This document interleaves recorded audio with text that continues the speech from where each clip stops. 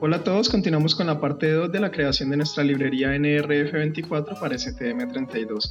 El día de hoy continuaremos con la creación de nuestras funciones tanto privadas como públicas que nos permitan hacer ya la configuración de nuestro módulo y dejarlo listo para las primeras transmisiones. Si todavía no te has visto la parte 1, aquí te la dejo en las tarjetas y también en la descripción de este video. Así que, comencemos. Y vamos a empezar entonces a desarrollar el tema del punto C. Lo primero que debemos hacer entonces es incluir nuestro archivo de cabecera 24L01. Eso es lo primero que tenemos que hacer. Aquí voy a hacer una pequeña explicación y es que lo que tenga la palabra exported es lo que va a ser público y que va a poder ser usado en otros archivos .c, en este caso en el main.c, o si ustedes van a tener un proyecto más grande que tenga otros archivos fuente que incluyan esta librería, lo van a poder usar. Y los privados van a ser las funciones, variables y cualquier cosa que ustedes declaren privada solamente va a ser usada por este archivo .c, es decir, no puede ser compartida, no va a ser global. Haciendo como una analogía con las variables, lo que sea privado es local, lo que sea exported es global.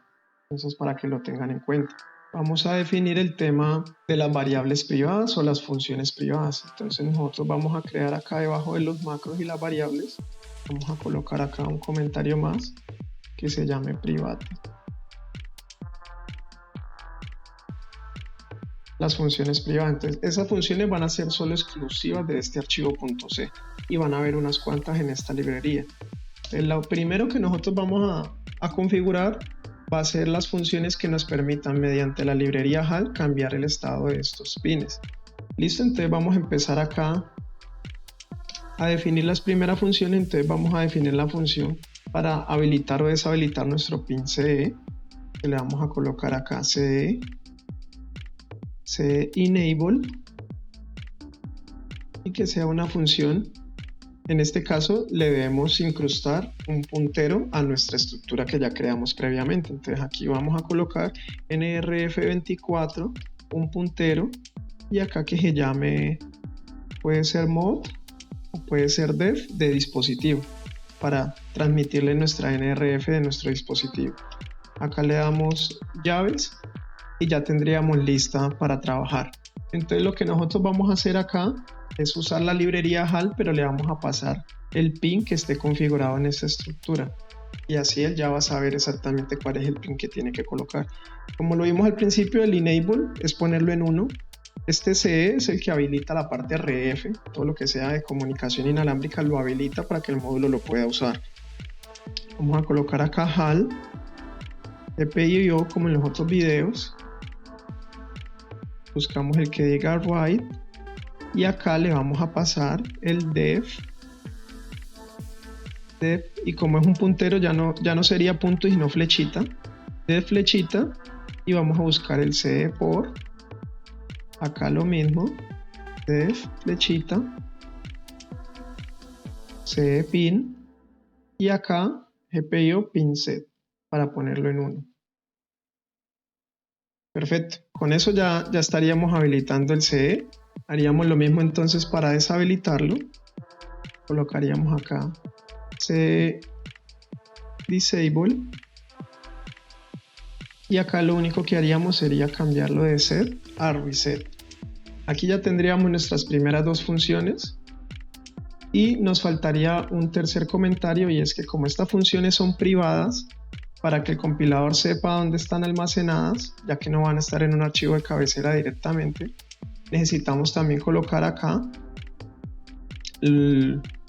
los prototipos de la función. Entonces, como lo hemos hecho anteriormente en algunos tutoriales, entonces acá lo vamos a hacer aquí arriba, y acá le vamos a colocar prototipos. ¿Listo? Y aquí lo que haríamos sería declarar la función como tal, ¿cierto? Para poderla usar y que el compilador sepa en dónde está ubicada. Y ahora llega el momento en donde te pido que te suscribas. Este momento de mierda. Así que suscríbete, dale me gusta, compártelo y activa la campanita de notificaciones. Sígueme en Instagram y en Facebook, donde compartiremos más contenido. Seguimos. Listo, aquí hice unos pequeños cambios, y es que En la parte de los comentarios, generalmente en el punto C, lo único que va como exported son las funciones.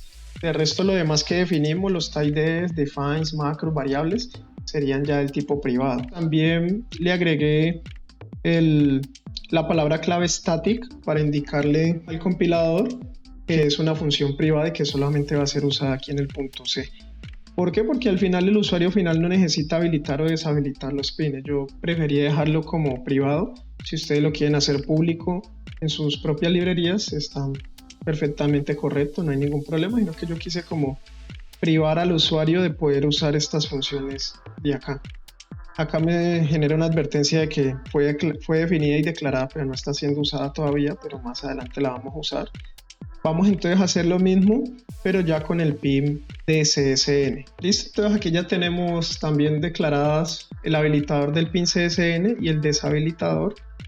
En este caso va a ser todo lo contrario, por lo que es un activo bajo. Cuando esté habilitado va a estar en reset y cuando esté deshabilitado va a estar en pin set. Entonces tenemos que hacerlo siempre en la comunicación SPI para habilitar ese esclavo antes de poder hablar con él. Ahorita vamos entonces a crear las funciones básicas para escribir y leer en los registros. Vamos entonces a colocar la función aquí, yo ya la tengo copiada para que no se haga tan largo el código.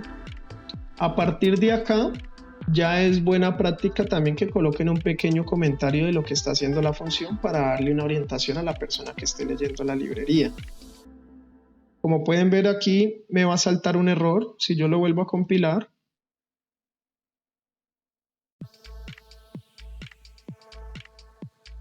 Aquí me va a saltar un error porque en el archivo de cabecera todavía me faltan algunas de las definiciones que debemos colocar acá. En la parte de los exported constant, aquí es donde vamos a colocar los nombres de los registros, los comandos y otra serie de parámetros. Entonces ya lo voy a colocar. Listo, aquí ya los tengo. Lo que vamos a usar es una serie de parámetros. Por ejemplo, vamos a definir el tiempo máximo de espera en la parte de TX y RX, pero esto va a ser para la configuración del SPI. No el tiempo de espera de un mensaje, de enviar un mensaje por el NRF, sino el tiempo de espera de enviar un comando por SPI y esperar la respuesta del módulo.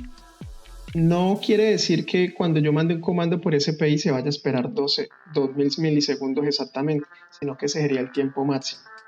Normalmente, dependiendo de la velocidad que configuremos, en este caso configuramos 4 megabits por segundo, la velocidad de respuesta es bastante alta, es de unos cuantos microsegundos nada más.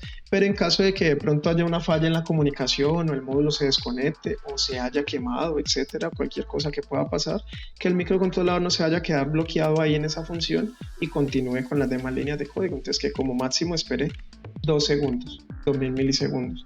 Acá definimos el canal por default, que siempre va a ser el canal 100.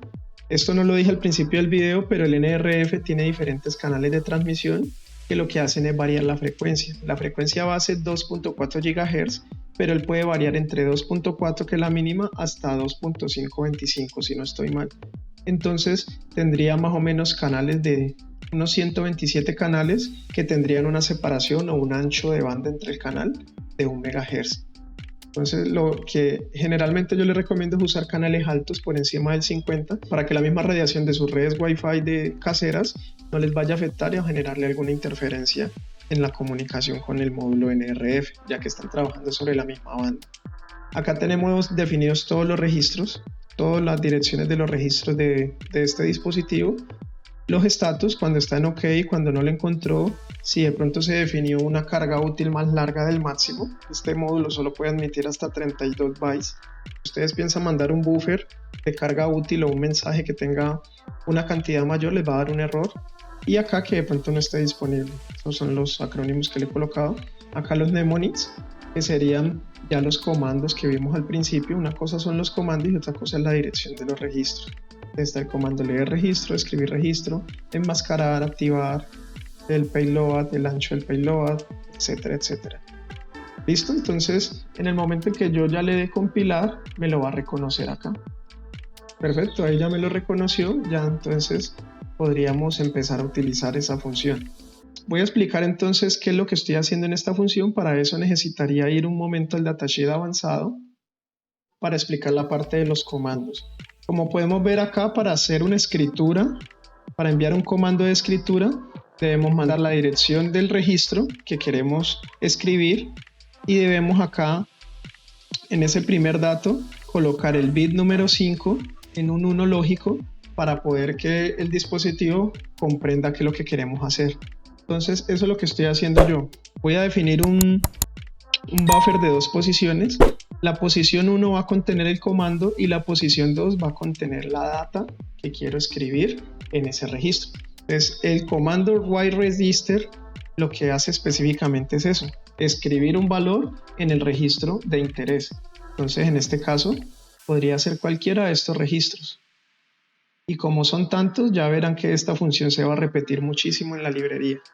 Entonces aquí lo que estamos haciendo es la dirección del registro que yo le estoy pasando acá como parámetro. Lo primero que voy a hacer es que en el buff 0 voy a hacer un desplazamiento. Entonces voy a hacer una operación OR entre la dirección del registro y un desplazamiento en el quinto bit para poder poner un 1 ahí y exactamente hacer esto. Y en el buff, la posición 2 estaría entonces almacenando el parámetro que le estoy pasando a la función como data.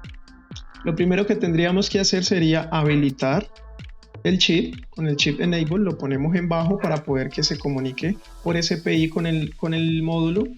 Hacemos una transferencia de SPI, le estaríamos pasando el handlet SPI que ya definimos acá en la estructura. Le estaríamos pasando el buffer, le diríamos cuál es la extensión del buffer, en este caso 2.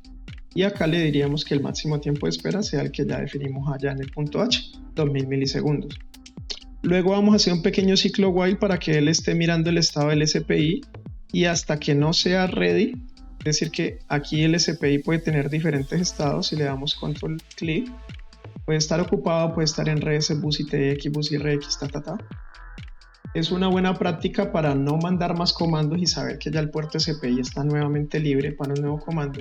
Dejar el microcontrolador bloqueante en un ciclo while, que como les digo va a ser de muy pocos microsegundos. Eso lo veremos en el analizador lógico cuando ya la librería esté más avanzada. Y por último volvemos a deshabilitar el chip para liberar el puerto, el bus SPI. Esto es muy buena práctica y se debe hacer así porque generalmente en el mismo bus SPI hay varios esclavos. Y aunque hubiera uno solo, siempre es bueno que finalicen una comunicación deshabilitándolo. ¿Listo? Entonces ahí ya tendríamos nuestra función para escribir en un registro. Ahorita vamos a copiar la función de leer el registro. Listo, aquí ya tenemos entonces la función de leer el registro. Como siempre le tenemos que pasar a todas las funciones nuestra estructura, nuestro puntero de la estructura NRF, y aquí le pasaríamos la dirección del registro que queremos leer. Lo primero que hacemos es definir una variable local data que va a inicializar en 0.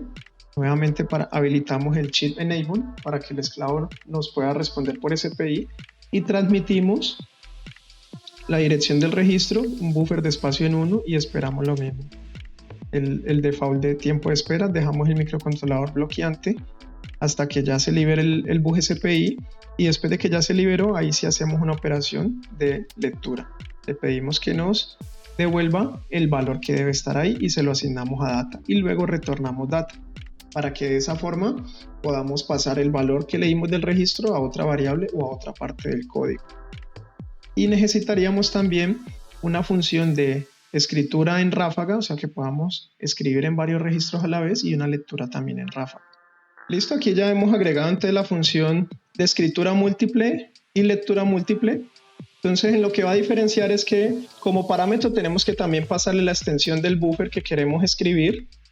Nuevamente hacemos un buffer de 2 posiciones. En la posición 0 desplazamos el bit 5 y en la posición y ya no vamos a usar la posición 2, sino que le vamos a pasar como dato lo que tengamos acá en este buffer data y la extensión en len. Entonces si queremos hacer una escritura múltiple, por ejemplo de 5 datos, ya entonces sabríamos que data va a tener 5 posiciones y lo pasamos acá como parámetro, si son 6, si son 7, si son 8.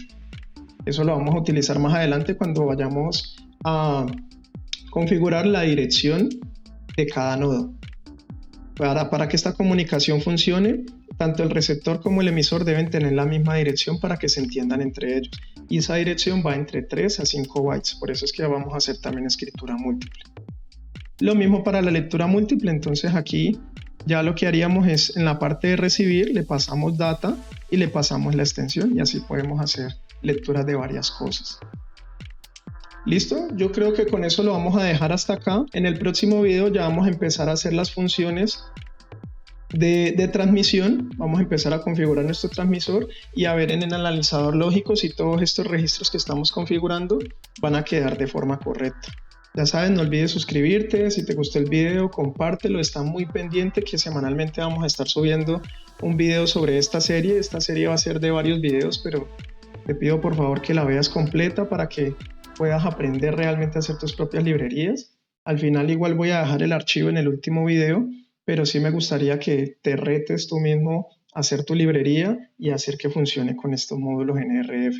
Son muy económicos, puedes conseguir varios en el mercado. Nos vemos.